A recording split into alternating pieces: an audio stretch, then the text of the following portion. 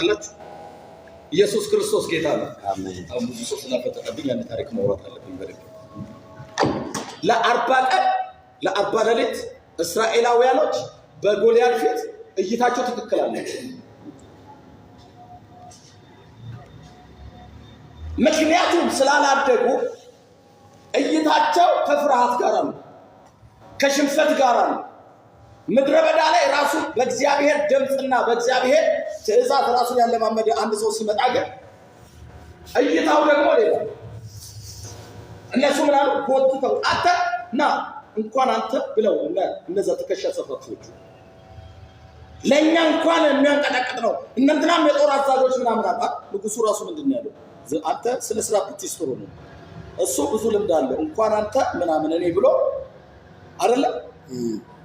ሰውየው ግን በጣም በእግዚአብሔር ፊት በእግዚአብሔር ቃል በእግዚአብሔር ድምፅ በእግዚአብሔር መንፈስ በእግዚአብሔር ጸጋ በእግዚአብሔር ላይ ያለው መተማመን በጣም ያደገ ሰው ስለነበረ ተው ግድ የለም ተው ግድ።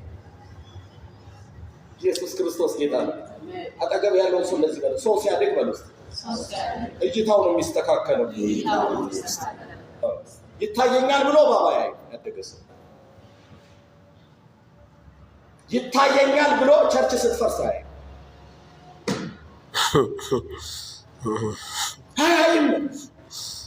ቸርችን ማን እንደተከላ ስለሚያውቅ ዘንድሮ ሳርተራይ ለይላታል አይልም።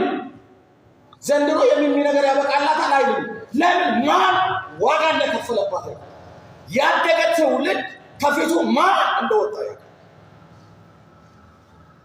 አሁን ብዙ ሰው የሚለው እንደዛ ነው። ማብቂያ ይላል። ብራዘር የሚያበቃ ነገር የለም። እኛም ያበቃልን ጌታ ካበቃለት አሜን ነው። እሱኛው እይታ ግን የሚቀየረው መቼ ነው ካልከኝ ሰው በእግዚአብሔር ቃልና መንፈስ ማደግ ከቻለ ብቻ ነው። አሁን ያስፈልጋል ልመናችሁን፣ ጾታችሁን፣ እይታችሁን ወደ እግዚአብሔር ማለት ቅድም እንደነገርኩ በጉብዝና ምናምን ማለት ሲቸግረው ወደ እግዚአብሔር ጮህ ማለት አይደለም። እቁብ አልወጣም ካለ ጾም ጸሎት ግባ ማለት አይደለም።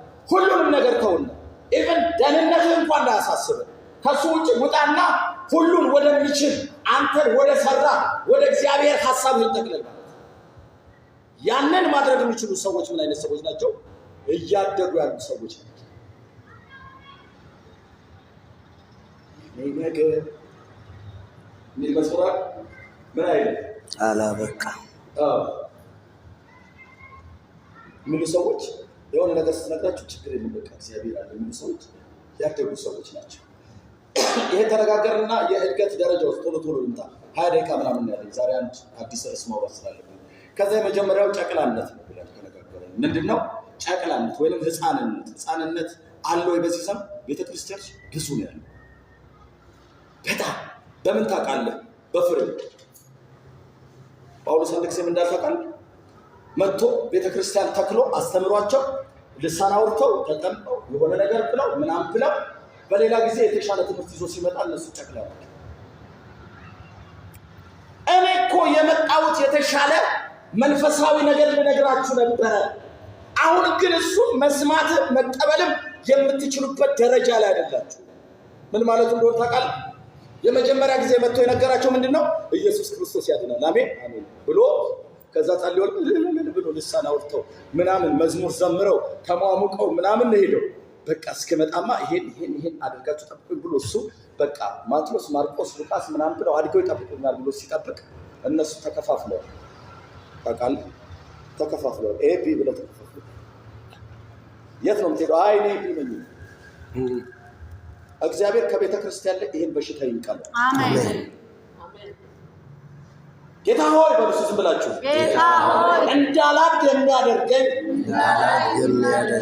አጠገቤ በቀለ የትኛውም አረም አሁን በስምህ ስልጣን ከሕይወቴ ላይ በክብርህ የተነቀለ ይሁን።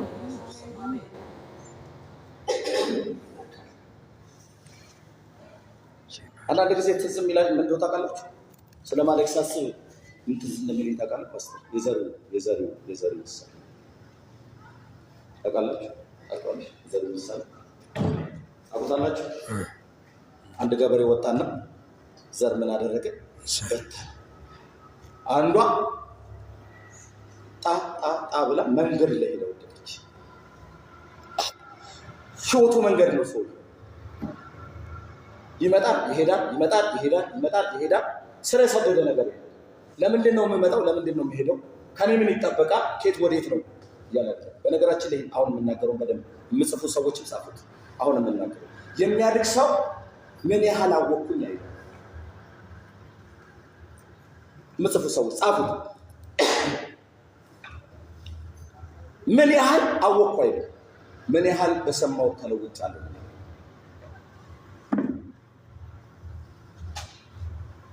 ምን ያህል አወቅኩ የሚሉ ሰዎች ቸርች ውስጥ ቁጭ ብለው ስብከት ነው ኤዲት የሚያደርጉት። ሰዎች ሲሰብኩ ኤዲት ያደርጋሉ። ፎልት ፋይንደሮች ናቸው። ስህተት ነው የሚፈልጉት ቁጭ ብለው። የሚያድግ ሰው ግን አሜን አሜን አሜን አሜን፣ ጌታ ሆይ ቃል እውነት ነው፣ በህይወቴ ይሆናል፣ ታሻግረኛለህ፣ መከራዬን እንደዛ ነው የሚለው። ጌታ ቃሉን ላከ፣ ጨረሳቸው ከመከራቸው። ትርጉሙ ምን እንደሚታወቂያለሽ? አዲሱ መደበኛ ትርጉም እንደሚታወቂያለሽ? ከመቃብር ጉድጓድ ጫፍ መለሳቸው። ስለዚህ አሁን በደንብ እንድትሰሙኝ ነው። ማደግ ትፈልጋላችሁ? ማደግ ትፈልጋላችሁ? ውስጥ አሁን አይምሯችሁን አስተካክሉ፣ አስተሳሰባችሁን አሳድጉ። በሰማችሁት ነገር ቆይችን ነገር ቀብሬ ለሆነ ሰው ነግራት አለበት። ይሄ ነገር ወደ ህይወት ያምጥቼ እንዴት ነው የምተገብረው? እንዴት ነው የምለወጥበት? በሉት። ብዙ መድኃኒት ያጨረሱ ሰዎች እንዳሉ ሆስፒታል ታውቃለች። ትምህርት ያስተላልፉ። ስለዚህ ወደ ነው ታውቂያለሽ። ሄደው ተመርምረው መድኃኒት ታዞላቸው ሳይውጡ መድኃኒት ቤት ያስቀመጡ ሰዎች ብዙ እንዳሉ ታውቃለች። ያ ሰውዬ ተመሳሳይ በሽታ ሳይዘው እነሱ ናቸው የሚያዙት። እነሱ ግን ከዛ ባክቴሪያ ከዛ ቫይረስ ግን ሄዳሉ ሰዎች አሉ። በላይ ፈላስ ተጠቀሙ። ወይ ተደብቋል ወይ የሆነ ቦታ መሽጎ መውሰድ ነበረባቸው። ብዙ ሰው እግዚአብሔርን ቃል እንደሰማ ማቴዎስ ማርቆስ ለሰው ነው የሚጠቅሰው። ለኛ መድኃኒት አናረገው። እስቲ ቃልህ መድኃኒቴ ነው በሉት። ቃልህ መድኃኒቴ። ኧረ በደንብ በለው እስቲ እባክህ። ቃልህ መድኃኒቴ ነው። ለመንፈስ ቅዱስ ደግመህ ንገረው እስቲ። ቃልህ መድኃኒቴ ነው ማለት ነው።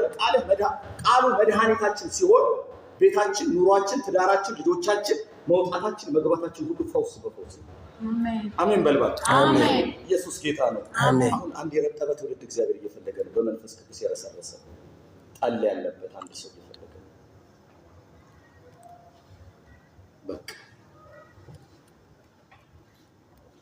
ስለዚህ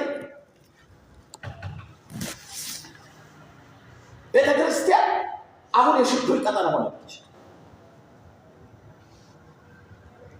ተረኛ ስለሆንኩ እዚህ ጋር ስለሆንኩ በደንብ ነው። በቃ ከይሉን ተነሳ ሆኜ ነው የምናገረው።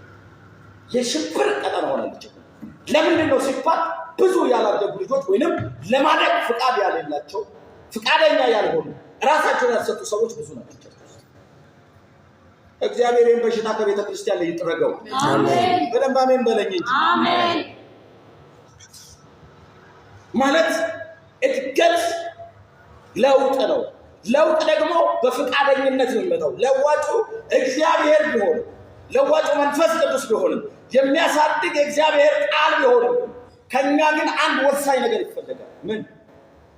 ስለዚህ ሰዎችን ሲያቸው በስንት ጊዜ ሲመጣ እንደው ጦሩ ሰካራ ነው ተቀበሉት። ዘራኞች ሆነው ተቀበሉት። አዘነ። ኢየሱስ ክርስቶስ ጌታ ነው። ለአንበበው ቃሉ ብዙ ሰው ያለ እንደ ቃል ውስጥ እያሉ ስለሆነ እንደው ፈልጌ ቢሆን አነበዋል። ኢየሱስ ጌታ ነው። አንደኛ ቆሮንቶስ ምዕራፍ 3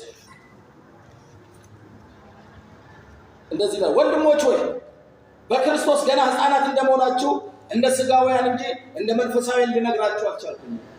መንፈሳዊ ወሬ ሳወራባችሁ ቻይንኛ ሆኖባችሁ አለ። ስለዚህ አሁን ማውራት ያለብን እንደ ሥጋ እንደ ፍጥረታዊ ሰው ነው ማውራት ያለብን። ለምን? ሕፃን ናችሁ። ዛሬ በኢየሱስ ስም ይሄ ምዕራፍ የተዘጋ ይሁን። አሜን። አለ ቤተ ክርስቲያን ይኖራል፣ ግን ጊዜ ሊኖረው ይገባል፣ ሊያልፍ ይገባል። አሁን ቅድም እዚህ አካባቢ የነበሩ ልጆች ገና ወደ ጌታ የመጡ ሰዎች ናቸው ምናምን። አሁን የሕፃንነት ወቅት ይባላል። ከዛ ይሄንን አየን። የተለያዩ ጥቅሶች ሰጥቻለሁ፣ እሱ ጋር ቆይም። ሁለተኛ ያየነው ይሄ ጨቅላነቱን አለፍንና ሁለተኛው ምዕራፍ ላይ ምን አየን? ልጅ የሚለው ነው። ልጅነት የሚለው ነው። ቶሎ ልጅ ሳምንት 15 ቀን በደንብ ስላወራሁት ነው የማልፈው። ጳውሎስ ምን ይላል? አንደኛ ቆሮንቶስ ምዕራፍ 13 አካባቢ ላይ ልጅ ነበርኩ ይልና እንደ ልጅ አስብ ነበረ። እንደ ልጅ ማሰብ ብቻ አይደለም፣ እንደ ልጅ እናገር ነበር። ማለት ምንድነው? አንዳንድ ጊዜ ልጅ እምቢ ሲሉ ሰምተህ በጣም እየወደድክ የሆነ እንተ እምቢ ይላል። እምቢ ነበር፣ አልታዘዝም ነበር፣ ታዛዥ ነበር። ልጅ ሳለው እንደ ልጅ ምን አደርግ ነበር? እናገር ነበር። እንደ ልጅ ደግሞ ምን አደርግ ነበር? አስብ ነበር። እንደ ልጅ ደግሞ ምን ሆን ነበር? እቆጠርም ነበር። ካለመታዘዝ የተነሳ ንግግሬም ደግሞ ብስለት የጎደለው ስላልነበረ ሰዎች አንዳንድ ጊዜ ሰዎች ብቻ አደርጉ ያታማኝ አድርጎ በኋላ የቆጠረው እግዚአብሔር ራሱ እንደ ልጅ ያው እቆጠር ነበር፣ አስብ ነበር ብለን አለፍን። ሶስተኛውን አወራን፣ ወጣትነት። ይሄ በጣም የሚገርም ምዕራፍ ነው ብለን አወራን። በነገራችን ላይ ልጅነትን ስናወራ በፍጥረታዊ ከ2 ዓመት እስከ 12 ዓመት ያለው ነው። ዝም ብላችሁ ከ2 ዓመት እስከ 12 ዓመት በጣም አስቸጋሪ ነው። ሰዎች የሆነ ምን የሚፈልጉበት ጊዜ ነው። የሆነ ራሳቸውን ማግኘት የሚፈልጉበት፣ እናት አባቶቻቸውን መሸምደድ፣ በራሳቸውን እንትን ማለት፣ ባህሪያቸውን እንትን ማለት፣ ብቻ እንደዚህ አይነት ጊዜ ነው። ከዛ ወደ ወጣትነት ተሸጋገሩ። ይሄንን ሳወራ ሳምንት የነበራችሁ ታስታውሳላችሁ። ጌታ ኢየሱስ ክርስቶስ ጴጥሮስ ነውና ጴጥሮስ ወደኝ ሲለው ምን ነው አባቶች ጴጥሮስ ወደኛ ግልገሎች አይደል? ጠቦቶችን ደግሞ ምን በል ጠብቅ። እኔ በጣም ለረጅም ጊዜ ጥያቄ ለምንድን ነው የሚለው? ለምን ይለዋል? ከዛ በጎችን ደግሞ ምን በል አሰማራ፣ መግብ፣ ጠብቅ፣ አሰማራ። ወጣትነትን ስናስብ ጠብቅ የሚለው ጋር ደረሰ። ጠብቅ የሚለው ነው። ኢየሱስ ክርስቶስ ጌታ ነው። የቤተ ክርስቲያን ፓስተሮች፣ ነቢያት፣ አስተማሪዎች ጠቦቶችን ጠብቁ። ለምን? ይሄ የወጣትነት የመንፈሳዊ የወጣትነት ደረጃ በጣም ደስ የሚል በጣም ሰዓት አለበት። ቸርች ሳይገባ ነው ልሰን ጀምሮ ለአንዳንድ ሰው ሁራ ሊመስል ይችላል። ግን በቃ እንደዛ ነው። ወጣትነት እንደዛ ነው። በቃ እሳት አለ ውስጡ። ወደዛ ሲሄድ ወደዛ አንዳንድ ጊዜ አጠገብም ቁጭ ብሎ ዝም ብሎ ያወራል። ልሳን ነው የሆነ ነገር ማቴዎስ ማርቆስ ይባላል። በቃ የሆነ ነገር ያወራል ዝም ብሎ። ምንድነው? ወጣትነት ነው። የሚገርመው ነገር ልንገራችሁ። በዚህ የእድገት ደረጃ ውስጥ ያሉ ሰዎች እግዚአብሔርን፣ ክርስቶስ ኢየሱስን፣ መንፈስ ቅዱስን ለመስማት የሚጠሩበት ጊዜ፣ ፍለጋ የሚያደርጉበት ጊዜ። በዚህ ወቅት ግን ስህተት ይፈጠራል። ልክ የትኩሱ ጴጥሮስ ጋር የነበረው አይነት ነገር አይደለም። አንዳንድ ጊዜ በጣም ተሟሙቆ ስለነበር ከሌሎቹ ጴጥሮስ በጣም ተሟሙቆ ነበር። ብዙ ሰዎች እኩል ስለሆነ ነው ነው እንደሱ አይደለም። ግሉ ነበር ሰውየው እና በኩርዳቶ በፍጹም ይላል መንፈሳዊ ይሆናል። እኔ ልሞት ነው ኧረ በስመ አብ ይላል። የሆነ ቦታ ሲመጡ ሳንጃ ሁሉ ያወጣል ሰው። እግዚአብሔር መንግስት ሳንጃ ይሰራል። አሁን እኮ አለ ምን አሁን ቤተክርስቲያን ውስጥ ያለውን አሰራር ገልብጦ እኮ ሌላ ቤተክርስቲያን መገንባት የሚፈልግ እኮ ትውልድ ሌላ ነገር ሆኖ አይደለም። እንደዛ የሚሰራ መስሎት ነው። አንድ ወቅት እንደዛ ነበር። በጣም ሲረብሹ አስታውሳለሁ። በመጥረጊያ ዱላ ከቸርች ሊረብሹ የመጡትን አባረን እናውቃለን። በጥፊ የሰው ጆሮ አቅልጥ መስሎን። ይሄ የወጣትነት ጊዜ መንፈስ ቅዱስን እንደሚገባ ለመስማት ልምምድ የሚደረግበት ጊዜ ነው። እሳት ነው። እሱ ብቻ አይደለም። በጣም የሚገርማችሁ ነገር ከየትኛውም በላይ ለወንጌል መስዋዕትነት ለመክፈል የሚወሰንበት ጊዜ ነው። የመጣ ይምጣ ለእግዚአብሔር ወንጌል አንገቴ የሚባልበት ጊዜ ነው። በጣም አደገኛነቱ ግን ምን መሰላችሁ? ይሄንን የእድገት ደረጃ ሰይጣን ይቆናጠራል። በጣም ነው። ለዚህ ነው ምን አለው? ጠቦቶቹ ጋር ሲደርስ ምን በላለው? ጠብቅ ለምን? ይሄ የሙላት ወቅት ስለሆነ የሽግግር ወቅት ስለሆነ መዝለል አለ፣ መሰበር አለ፣ መጥፋት አለ። ምዕራፉ ደስ ይላል። በጣም ነው ደስ የሚል ይሄኛው ምዕራፍ። ስለዚህ ምን በል ነብዩ ወንደሰን አቦቴ ምን በል ጠብቅ። ስለዚህ ምን ነው የምታደርገው? ዲዲዲ ብሎ ላይ ፍስና ብለህ በገመድ ነው የምትይዘው። ተመለስ። ቆይ ትሄዳለህ። ቆይ አሁን ከሶስት ደቂቃ በኋላ ይደግመዋል። ቆይ ተረጋጋ፣ እንደዚህ አይደረግም ብለው ከ3 ደቂቃ በኋላ ዲዲዲ ብሎ ይመጣል። አንተ አሰማም እንዴ አይደለም የምትለው፣ የሚያዝበት ወቅት ነው። ከለቀቆ የሚሰበርበት ጊዜ። እግዚአብሔር ይህንን በሰላም ያሻገር። አሜን በሉ። በጣም ደስ የሚል ምዕራፍ ነው። ትልቅ ይሄ የሽግግር ምዕራፍ ነው። ኢየሱስ ጌታ ነው። መቼስ ከፓስተር በላይ የሚያውቅ የለም። አንዳንዴ ተሰብሰብ ብለው ይመጡና የሆነ ሚሴጅ አለ፣ አዳር መጸለይ እንፈልጋለን የሚሉ ሰዎች ገጥመዋል።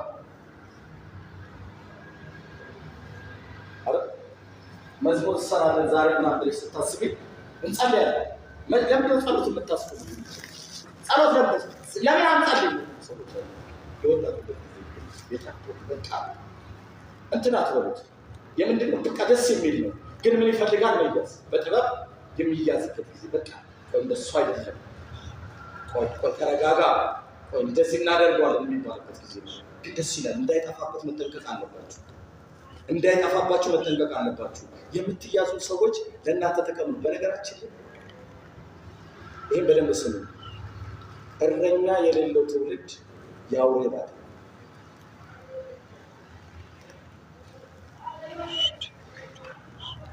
አእምሮን ዲያብሎስ የጥፋት ሜዳ ነው ማለት። እዚህ የምታዩቸው ቀለል የሚሉ ሰዎች የሚመስሉ ሰዎች በእኔ ህይወት ውስጥ ትልቅ ነገር አላቸው። አንድ ወቅት ላይ አስታውሳለሁ። በቃ የተቀጣጠልኩበት ወቅት ነበርና የሆነ ትንሽ ችግር ሳይ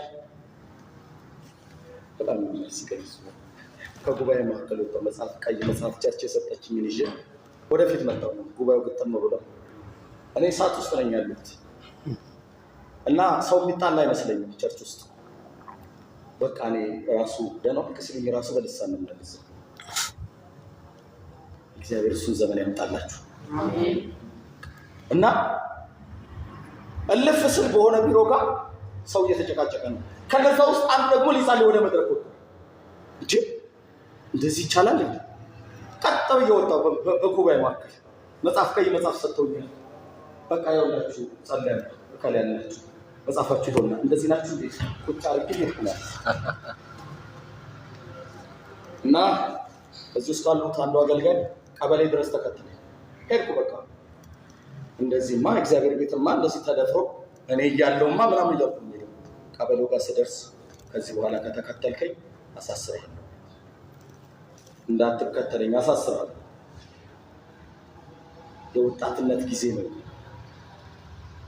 የወጣትነት ጊዜ እግዚአብሔር በአንተ እየሰራ አንተ በራሴ የሰራህ የሚመስል ጊዜ ነው። አጋንንት ሲወጣ ራሴ ያወጣ ነው የሚመስል። ራሱ ወጣ ልትደውል ትችላለህ። ሄሎ መነቃልኩት እኮ ልትል ትችላለህ። ውይ ያኔ ግን ያዥ ይፈልጋል። ኖ አይደለም፣ አንተ አይደለህም፣ ጌታ ነው ባንተ የሰራው። በአንተ ገና የሚሰራው ትልቅ ነገር አለ፣ በአንተ የሚያፈርሰው ተራራ አለ ብሎ ግን የሚይዝ ሰው ያስፈልጋል። ይሄኛው ደረጃ ደስ ይላል። ኢየሱስ ክርስቶስ ጌታ ነው። አሜን።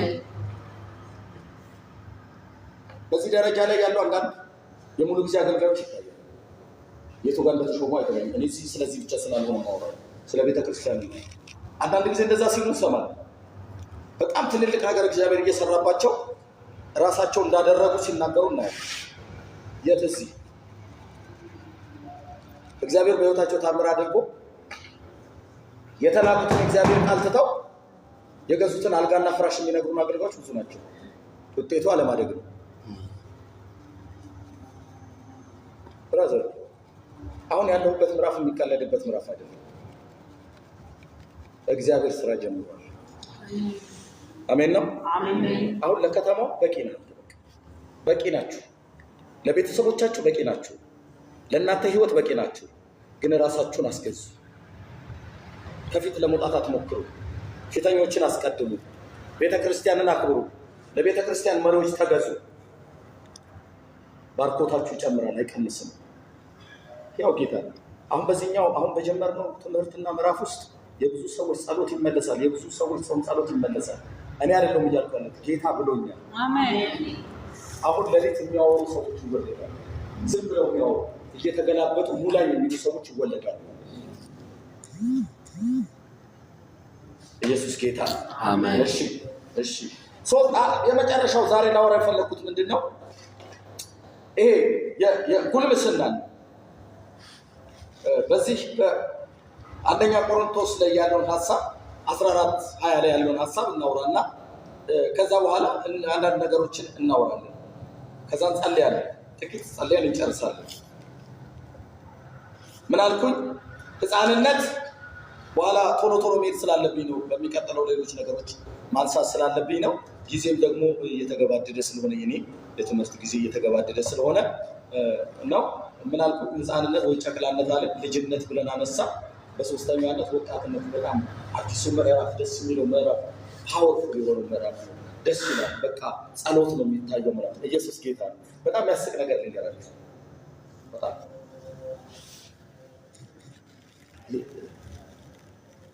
የሆነ ነገር የምትጸየፉበትን ደረጃ ነው የወጣትነት ደስ የሚለን። ኢየሱስ ጌታ ነው። አንዳንድ ሰዎች ሴቷ ወንድ መጨበጥ የማትፈልግበት ሁሉ ነው። እንትን ደረጃ ወላ አይፈልጉም። በቃ መነካካት ራሱ አሜን በሉ እባክህ።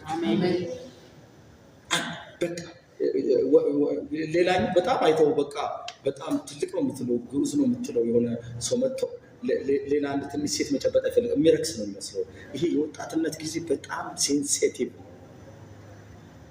በጣም እና ደስ ይላል። በዚህ በወጣትነት ጊዜ ውስጥ እንትን ነው በቃ ንካኝ ነው፣ ሙላኝ ነው፣ አውራኝ ነው፣ አሰማኝ ነው፣ ክፈትልኝ ነው፣ ራብኝ ጠማኝ የለም። ምክንያቱም ቅድም ነግሬያቸዋለሁ ለመስዋዕትነት የተዘጋጀ ነው። ወደ ጎልማሳነት ገባል። ወደ አራተኛው ይሄኛው ምዕራፍ እስማን ነው የሚያነብልኝ። ወንድሞቼ ሆይ እሺ በአስተሳሰባቸው ሕፃናት አትሁኑ። በአስተሳሰባችሁ ምን አትሁኑ? ሕፃናት። እሺ ለክፉ ነገር ሕፃናት ሁኑ። ለክፉ ነገር እሺ። በአስተሳሰባቸው ግን ጎልማሶች ሁኑ።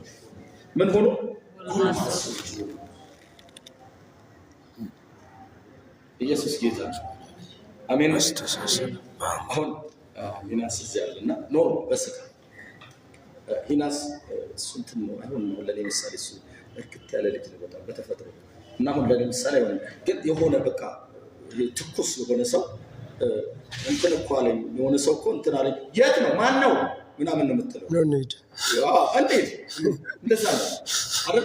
የሆነ ነገር እንትን ተፈጠረ እኮ ቤተክርስቲያን እኮ በሚቀጥለው ሳምንት ኮንፈረንስ ስላለ አገልግሎት ዘጠኝ ምን ስለሆነች ነው መሰለኝ ማን ስለሆነች ነው መሰለኝ ምንድነው እሱ እንደዚህ የሚሆነው ምናምን ጎልማሳ ሲሆን ተረጋጉ ያለችው ቤተክርስቲያን ነው ያለችው ባለስልጣን ነው። ተረጋጉ የሆነ ነገር ስትነግረው እንትን አይደል ግንፍል ላይ ተረጋግቶ ይሰማል። ጎልማሳ ነው። ኢየሱስ ጌታ ነው። የሚያስቅ ነገር ነው። በጣም የሚያስቅ ነገር። አንድ ጊዜ የኔ ታናሽ ወደ ጌታ መጣና ኦርቶዶክስ ልክ እሱ ሲጸልይ ውጪ ይስቃሉ። ሌሎቹ እነዛም ወንድሞች ናቸው እና ይስቃሉ። ተሰብስበን እናወራለን። አንድ ቀን ጸሎትን ትቶት ተነሳ። ምንድነው ሰው ዘይ በቃ እንደው ትቻለሁ ጸሎት በቃ ጸሎት ትቻለሁ በቃ አሁን ደስ እኮ የሚል ብዙ ነው። አገልግሎት ትቻለሁ ምናምን ትቻለሁ ቸርች አልመጣም የሚል እኮ ብዙ ነው። ወደዚህኛው ምዕራፍ ስላልገባ ወደዚህኛው ምዕራፍ የገባው እንትን ተብሏል ሲባል ልክ እንደ መርዶክዮስ ነው ታውጇል። አዎ እኔ ስፍራ የለኝም ይላል ሰውየው። ምንም ታውጇል እኮ ብዙ ሰዎች ተበታትነው የታወጀበት ቀለበት ቀላል ቀለበት አይሻርም። ንጉሱ አዋጁ መገልበጥ አይችልም፣ መሻር አይችልም። ሰውየው ግን ቁጭ ብሏል ይገለበጣል። ሰውየው የቆለም የሚያሰል በቃ በእግዚአብሔርነት በደንብ የተደራጀ ነው። ስለዚህ ሲወጣም ሲገባ ምናምን እያሉ እና ሃማ እየቀለዱበት መርዶክዮስ እንደዚህ ብሎ ቁጭ ብሏል። የአይሁድ አምላክ አሜን።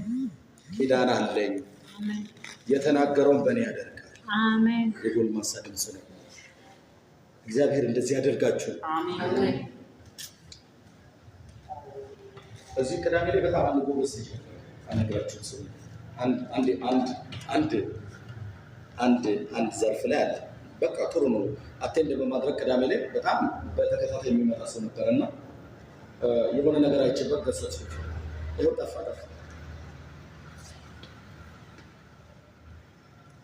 ይሄ የጎለመሱ ሰዎች ዳጊ ሊሆን ይችላል። ቅድም ነግሬያቸዋለሁ። አሁን ሂና ስለኔ እንትን ያለ ነው እንዲህ ግት ያለ ነገር ነው። ልክ እንደዛ ናቸው እነሱ። ይኸው አይናወጡ። በዚህ በጉልምስና ውስጥ ምን አለ ለክፉ ነገር ሁኑ።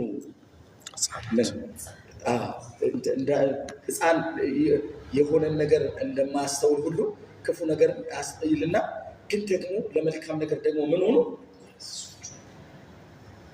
ነገሮችን በዚህኛው ሳይተረዱ እግዚአብሔር በኢየሱስ ስም አይኖራችሁን ይክፈትላችሁ አሜን። ከደም አሜን በሉስ አሜን። ዝም ብላችሁ እንደዚህ በሉ። ጌታ ሆይ በሉስ ጌታ ሆይ እባክህን ወጣትነት ላይ አታሰንብተኝ፣ ወደ ጉልምስና አሸጋግረኝ። እነዚህ ሰዎች አይረበሹም፣ አይታወቁም።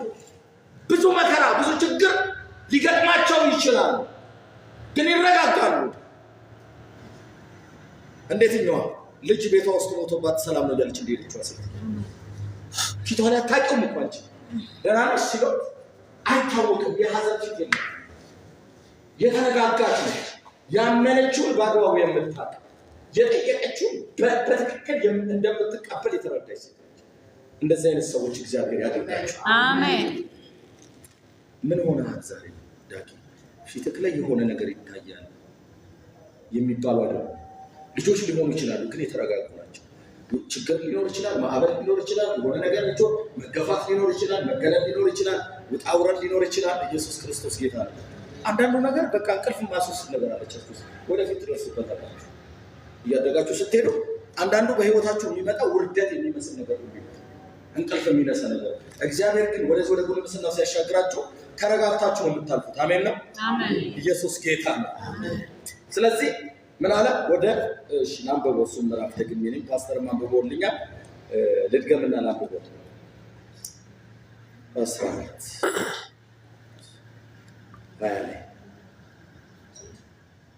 ያው ወንድሞች ሆይ ባስተሳሰባችሁ ሕፃናት አትሁኑ፣ ለክፉ ነገር ግን ሕፃናት ሁኑ ይልና ባስተሳሰባችሁ ግን ጎልማሶች ሁኑ። ተረጋግታችሁ እንደዚህ ይላል። በሕግ እንዲህ ተብሎ ተጽፏል፣ ቋንቋቸው እንግዳ በሆኑ ሰዎች በባዕዳን አንደበት ለዚህ ሕዝብ እናገራሉ፣ ይህም ሆኖ አይሰሙኝም ይላል ጌታ። ስለዚህ በልሳን መናገር ለሚያምኑ ምልክት እንጂ ለማያምኑ አይደለም፣ ትንቢት ግን ለሚያምኑ እንጂ ለማያምኑ አይደለም። እንግዲህ ልጨርሰው።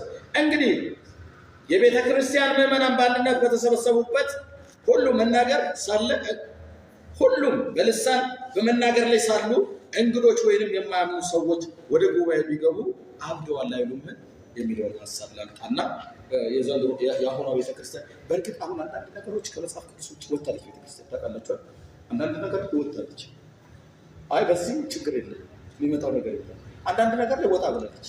መጽሐፉ የሚለውን እያለች ያለ ቤተክርስቲያን አንዳንድ ነገር ላይ ያው ወደፊት ይስተካከላል ብለን ነው ምናምን አይደል? አሁን አንዳንድ ሰው ጸሎት ምራ ብሎ ነብዩ ሲሰጠው ከዘፍጥረት እስከ ራዕይ በልሳን ነው።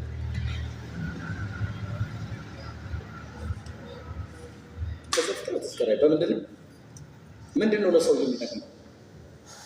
የሚጸሎት ምሪ ተብለሽ ወጥተሽ በልሳን ጸልያለሁ። በልሳን ጸልየሽ ግን መጨረስሽ ለጉባኤ ጥቅም የለም። በደንብ በቃ ነው በደንብ እሱ በፍጹም የማይተረጎመው ልሳን ተናጋሪ ራሱ ስለምን እያወራ እንደሆነ ነገር እንኳን ሌላ ሰው። ሁለተኛ በእግዚአብሔርና በተናጋሪው መካከል ያለ ምስጢር ብቻ ነው። ሪፍሌክት አደረገ ትንቢት ከሌለው በስተቀር። ስለዚህ እነዚህ ጎልማሳ የሆኑ ሰዎች ሲወጡ እግዚአብሔር ሆይ እናመሰግንሃለን ህዝብን ስለሰበሰብ እንደዚህ ምናምን ብለው ነው የሚሰሉት። ወደዚህ 9 ልሳን ወደዚህ 10 ልሳን ከዛ ወደ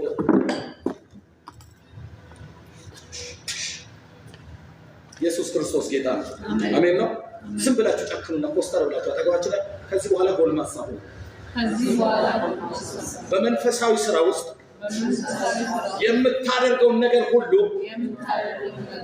እያስተዋልክ አድርግ። አሜን። ምሳው ከነሱ ጋር ይቆም።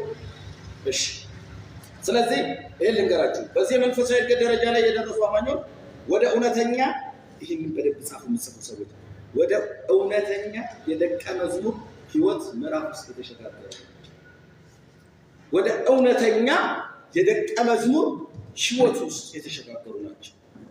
ማረጋገጫ በህይወታቸው ፍሬ ይታያል። በህይወታቸው ምን ይታያል? ፍሬ።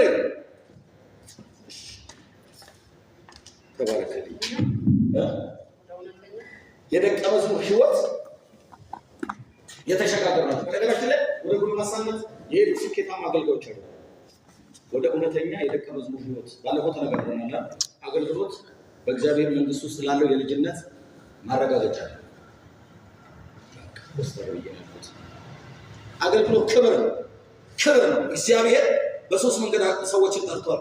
ለደህንነት ጠርቷል፣ ለአገልግሎት ጠርቷል፣ ለልዩ አገልግሎት ጠርቷል ብዬ ከዚህ በፊት በሆነ ትምህርት ውስጥ አስተምሬያለሁ። ነገር ይሄ ክብር ነው። በጣም ትልቅ ክብር ነው። አገልጋይ አይደለም፣ አገልጋይ መሆን አይደለም። አገልጋይ በአገልጋይ ጫማ ውስጥ ነው አገልጋይ መደገፍ ትልቅ በረከት ነው፣ ትልቅ ነገር ነው። ነገር ግን የልጅነት ማረጋገጫ የልጅነት ማረጋገጫ እውነተኛ ደቀ መዝሙርነት ነው። አሜን ነው። አሁን እግዚአብሔር የሚፈልገው ምን አይነት ሰው ነው? እውነተኛ ደቀ መዝሙር። እሺ፣ ጊዜ ስለሌለኝ በህይወት ውስጥ ምስክርነት አለው። አሜን ነው። ኢየሱስ ጌታ ነው። እንደሱ ነው። እንደሱ አራሱ ታመቻችን። አሁን ስንት ሰው ነው እኮ ማርያም ሲደገስ አብሮ ጽዋ የሚጠጣ? ሚካኤል ሲደገስ እኮ የሚበላበት ስንት ሰው ሲጎሰጉስ። አዎ፣ ምንድን ነው ምስክርነት? በደንብ ስሙ። በጣም እኛ ቤተሰቦቻችን ስለሌሉ የሞቱ ስለሆነ የሆነ ወቅት ላይ እኔ ወደ ቤት ከመሄዴ በፊት ጎረቤት በጣም እንደ እናት የሚወዱናል እና የሆነ ነገር ሲደግሱ ምናምን ትልቅ ሳህን ሞልቶ ነው የሚመጡት። ሁሌ ነው በቃ ይዘው ይመጣሉ እና አብሮ በጣም ነው የሚነገር። አንዳንድ እንትን እንደው ካርድ ራሱ ወረገር ምናምን ዘመናት አንድ ቀን ቆሜ ከለከልኩት። ከፊት ለፊት የታሪክ ልጆች አይ እንዳታስገቡ በቃ እኛ አይፈቀድልንም።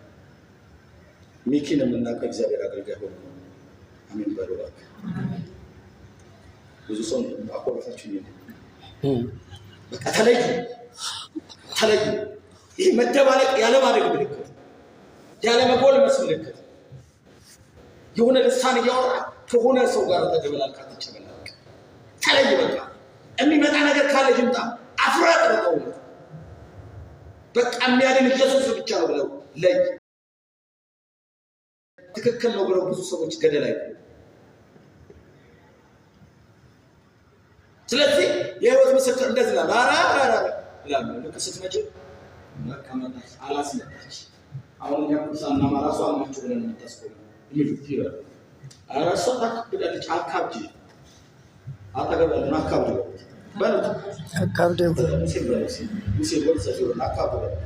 አረ ክርስትና ይካበዳል። ክርስትና የሚካበድ ነገር ነው። አንተ እኮ አሁን ዝም ብለህ የምትጨልጠው ሃይላንድ ከፍተህ የምትጨልጠው የድሮቹ በጌታ በኢየሱስ ስም ስልጣንን ያለቀያል። እነዚህ ሰዎች ጤነኞች ናቸው ይላሉ። ጌታ ሆይ እናመሰግናለን ብለው ነው የሚጠጡት። አሁን እኮ እንጀራውም እየቀረ ብራዘር አካብድ በቃ አክታርጋ አሁን በቃ የሆነ እንደተመረጠ እንደ ምርጥ ህዝብ አክታርጋ ስትንቀሳቀስ እንደዛ ተንቀሳቀስ ኖ በላ አታቆሽሸኝ በል ብራዘር። የምን መጨመላለቅ። ስለዚህ የህይወት ምስክርነት አላቸው። አራራ ይባላሉ። አረ እነሱ ይባላሉ። ኢየሱስ ጌታ ነው። እሱ ብቻ አይደለም፣ ፍሬያማ ናቸው። የሚሰድቧቸውን አይሳደቡ አይደል? አንዳንድ ሰው ከቸርች ወጥቶ አንተ ምን አባ ነው እንደዚህ የምትሆነው እንደዚህ ምናምን ሰዎች ህፃኖች አሉ እያገለገሉ ህፃን ይሆናሉ። ይቅርታ ሽን በመናገር ግን መናገር አለብኝ። ኳየር ውስጥ ያሉ፣ ጸሎት ህብረት ዲያቆን ውስጥ ያሉ፣ የሙሉ ጊዜ ውስጥ ያሉ ህፃኖች፣ ተሳዳቢዎች፣ ሐሜተኞች እዚህ ብቻ አይደለም። በየቤተ ክርስቲያኑ እነሱ እግዚአብሔርን አያስከብሩ። እነሱ ጉልምስና ወደሚባለው ውስጥ አላደጉም። መድረክ ላይ ቆመው ይጎራችሁ ያደጉ ግን አለ። እግዚአብሔር እንደነዚህ አይነት ሰዎችን ህይወት ይጸየፋል። እርግጠኛ አሁን በሚቀጥለው ምዕራፍ ውስጥ አታገኛቸው። ማዕበሉ ንፋሱ ነው ገፍቶ የሚያስወጣቸው። አሁን ግን ልትለይ ይገባል። በቃ ተለይ፣ በቃ መለየት አለብን። ስንት ሰው ነው እንግዳ ሲመጣበት ጸሎት የሚያውቁ? ትልቁ ሰማይና ምድር የሰራውን ጌታ የሆነ ሰው ሲመጣበት በወሬ ቁጭ ብሎ የጸሎቱን ሰዓት የሚያሳልፍ ስንት ሰው። እነዚህ ጉልምስና ውስጥ የገቡ ግን እንዲህ ይላሉ፣ ይቅርታ ቲቪው አላጠፋት ነው ይላሉ። አንድ ቤት ውስጥ ነው እንግዳ መጥቶባቸው፣ ይቅርታ ቁጭ በይ አንዴ እችን ቲቪ ላጥፋት፣ ልጸልይ ነው፣ የሰራዊት ጌታ እግዚአብሔር እየጠበቀኝ ነው፣ መንፈስ ቅዱስ እየጠበቀኝ ነው፣ ያለሱ መኖር አልችልም፣ ህልውናው በእኔ ህይወት ውስጥ ነው የሚሰራው የሚሉ ሰዎች አሉ። ወንጌል ስርጭት ብዙ ጊዜ ወጥቻ ካለውና ትልልቅ አገልጋይ የሚባሉ ስም ያላቸው ፖስተር ያላቸው ካፌ ቁጭ ብሎ ጠረጴዛ ስር ሲገቡ አይቻለሁ፣ ሲደበቁ እንጀራ የሚበሉበትን ወንጌል አፍሮት። ምስክር አለኝ፣ እዚህ ሰው ምስክር አለኝ። አንድ ጊዜ ገጠመኝ። አንድ ቦታ ወንጌል እየሰራ ትልቅ ማዕበል ተነሳ፣ ትልቅ ወጀብ ተነሳ። እንደዚህ ጫፍ ላይ ቁጭ ብሏል፣ እንደዚህ ከፍታ ላይ ነው የተቀመጠው እና እንደዚህ ቁጭ ብሏል። በጣም እናውቀው አንድ ቤተክርስቲያን ላይ የሚያገለግል ሰው ዞረ ፊት። ሌሎቹ ወረዱ፣ ሌሎቹ መጡ፣ ያድኑ አዞረ ፊት። ምን ሆነ መሰለህ? ያለማደግ በሽታ ይዞት ነው። የጎለመሱ ሰዎች ላመኑት ጌታ ራሳቸውን መስዋዕት አድርገው ያቀርባሉ። በእንጀራ አይቀይሩትም፣ በክብር አይቀይሩትም።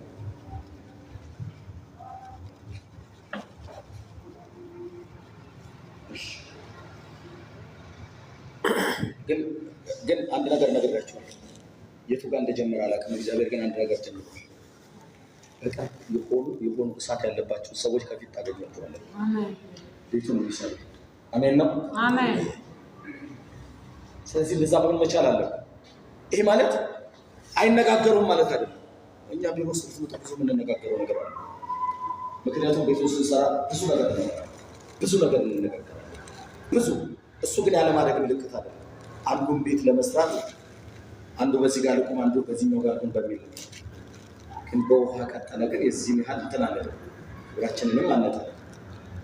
አሜን ነው። ኢየሱስ ጌታ ነው። ደህና ናችሁ? እሺ፣ ሳምንት እንቀጥለዋለን። ጉልምስና ይሄን ላምብና ልጨርስ፣ መዝጊያ ላድርገው። ሁለተኛ ጴጥሮስ ላይ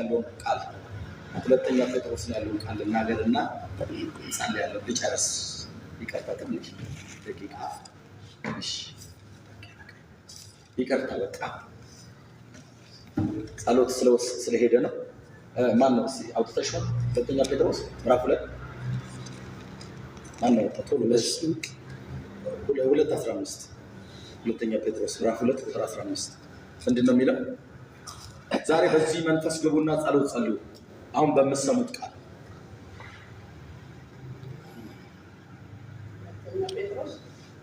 ኖ ይቅርታ፣ ሁለተኛ ጢሞቴዎስ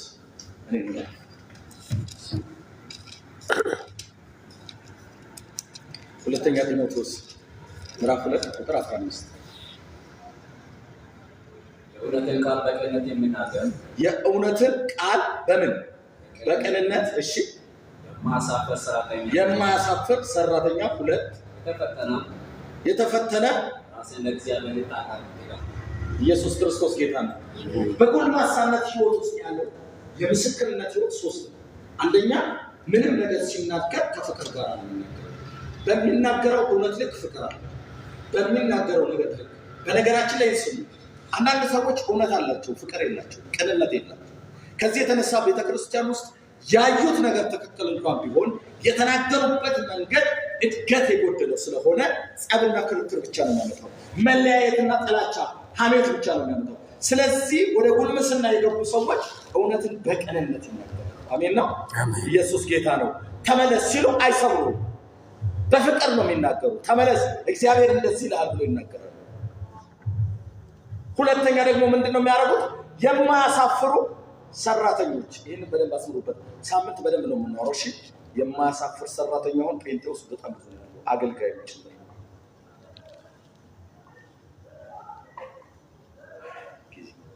ጊዜ ሄደ። በጣም ማዝነው ለምዶ ታውቃለህ። አሁን ህዝባችን ያልሄደበት ቦታ የለም። ካለማደጉ የተነሳ ብዙ ቦታ ነው ሄደው።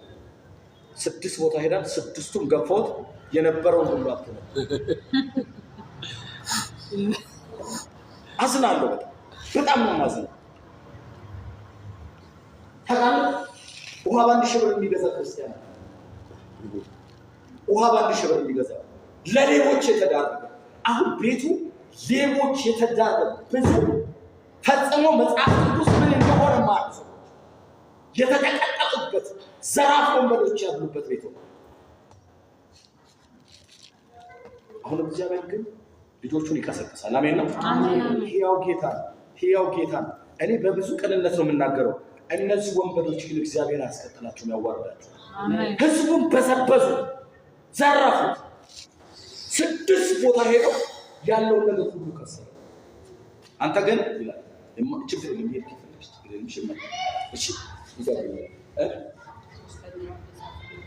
እሺ። ሶስተኛው ምንድን ነው የሚለው? የተፈተነውን ማንነት ለእግዚአብሔር አቅርብ። እሺ፣ ሁለተኛውን አልጨረስነውም። እሺ፣ ምክንያቱም አሁን ብዙዎቻችሁ ቤት በ1500 በ2000 የተገዛ ዘይት ስላለ እሱን ሳናስደፋ እናቆም። ይኸውልህ በብር ከገዛኸው ለወጥ ብቻ ነው የሚያገለግለው። ይሄን በደንብ ሰማኝ። ሕያው ጌታ ፊት ቆሜ ነው የምነግርህ። ሕያው ጌታ ፊት ቆሜ ነው የምነግርህ። ለወጥ ብቻ ነው የሚያገለግለው። በብር ከገዛኸው ለምን ምን ነው ማቴዎስ 8:10 ምንድን ነው የሚለው? በነፃ የተቀበልከው በነፃ ምን በል ነው። ይሄንን ምዕራፍ ቀደህ ነው የምትመጣው።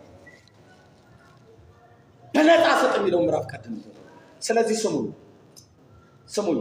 እኔ አሁን ለእናንተ የማያሳፍር ልጆች ሁኑ፣ የማያሳፍር ሰራተኞች ሁኑ። አሜን ነው። ሶስተኛው የተፈተነውን ማንነትን ለእግዚአብሔር አቅርብ። ዛሬ የምታደርገው እንደዚህ ነው። ችግር ትንሽ ዛሬ ፍጃለሁ። ቆመን ጸልይና ሳምንት እንጨርሰዋለን።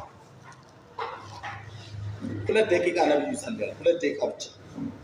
ይኸውላችሁ ዛሬ ግቡና እንደዚህ በሉ። የተፈተነውን ማንነታችሁን ለእግዚአብሔር አቅርቡ። ቤት በኩል ነው ያሳዘንኩ፣ ቤት በኩል ነው ያጎደልኩብህ፣ የትኛው በኩል ነው አንተን የበደለ?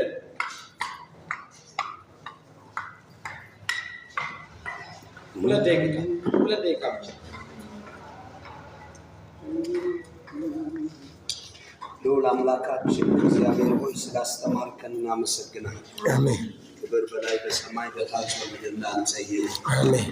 የሰማነው ቃል ደግሞ እንደሰማነው ሰሚዎች ብቻ ሳንሆን መኖርና መቆም እንድንችል ሁላችንን በጸጋ እንድትደግፈን እንድትረዳን፣ እንደ ተማሪ ማደግ እንድንችል በኢየሱስ ስም እንድትረዳን እጸልያለሁ። አሜን። ይህ ትምህርት ክፍለ ጊዜ ሐሙስ ደግሞ ያስጀመርከን አምላክ የሕዝብን ልብ ለእውነት እንድታዘጋጅ እንድትቀሰቅስ ለሚያስተምሩ ብቃት፣ ጉልበት፣ ኃይል እንድትሆንላቸው መንገዳቸው ባንተ የተቃና እንዲሆን ባሪያ ከዚህ በላይ እግዚአብሔር ቀጥሎ ባሉ የትምህርት ጊዜያቶች ላይ በኃይል እንድትነካው እንድትጎበኘው በኢየሱስ ስም ጸልየናል። ዶሎ ይሄ ትምህርት በልባችን እንደ ቃል ፍሬ ያፍራ። አሜን። ሌላው የጨለማው ሐሳብ ፈጽሞ የተሰበረ ይሁን። ሰው ተምሮ ሰምቶ ሲወጣ ለመልቀም የሚዘጋጅ የትኛውም የዚህ ዓለም አምላክ ክፋት ኃይል ሁሉ የተሰበረ ይሁን። የትውልድን ልብ በዚህ ትምህርት ጠብቅ። አሜን። ስላስተማርከን እናመሰግናለን። በኢየሱስ አሜን። እጆቻችሁን አንሱና አስተማሪውን እግዚአብሔር ይባርክ በሉት። ጨምራችሁ እግዚአብሔር ይባርክ።